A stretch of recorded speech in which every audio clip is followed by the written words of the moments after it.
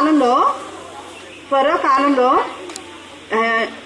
ఐగుప్తీయులు జనం ఎక్కువగా విస్తరించడం వలన ఎక్కువగా ఐగుప్తీయుల కంటే ఇశ్రాయేలీలు అంటే దేవుని ప్రజలు ఎక్కువగా ఉన్నారంట ఆ దేశంలో, ఐగుప్తు దేశంలో.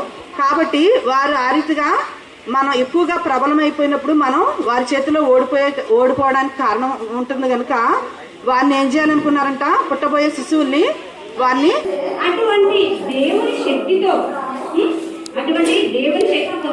మరి ఎంతో అసాధ్యమైన పని, అసాధ్యం అనమాట. మానవాత్మ ఎవ్వరు కూడా చేయలేని పని ఒక చిన్న బాలుడు చేశాడు యేసయ్య యొక్క శక్తితో. ఆయనే మన యొక్క దావీదు అన్నమాట. మరి దావీదు గారు ఏం చేశారు, ఎలా విజయం పొందారు అనేది మనం ఈరోజు తెలుసుకున్నాం. సరేనా?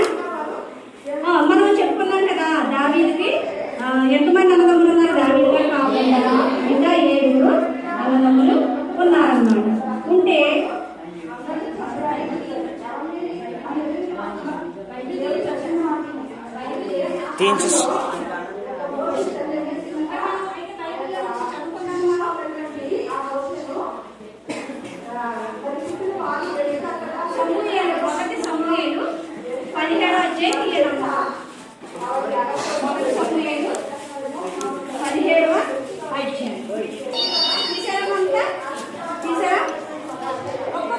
చక్కగా ఒక వచనాన్ని గట్టిగా చదివేసేయండి.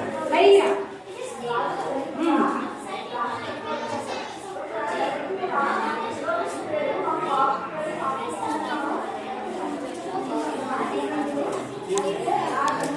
ఓకే, నెక్స్ట్ సెకండ్ చదువుతాను. నేను చదివేస్తాను, నేను చదువుతాను. చూడండి. ఫిలిష్తీయులు తమ సైన్యములను యుద్ధములకు సమకూర్చి యోధా దేశంలోని కోకోలో కూడి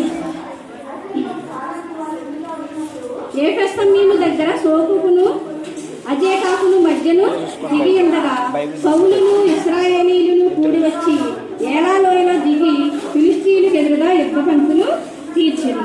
ఫిలిష్తీయులు ఆ తట్టు పర్వతం మీదను ఇశ్రాయేలీయులు ఈ తట్టు పర్వతం మీదను నిలిచి ఉండగా ఉభయుల మధ్యన ఒక లోయ ఉండెను.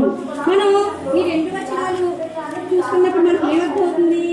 ఇక్కడ ఏం జరుగుతుందన్నమాట? యుద్ధం జరుగుతుంది. ఎవరి మీద? ఇశ్రాయేలీయుల మీదకి. ఎవరు యుద్ధానికి వచ్చారమ్మా? ఫిలిష్తీయులు ఇశ్రాయేలీయుల మీదకి యుద్ధానికి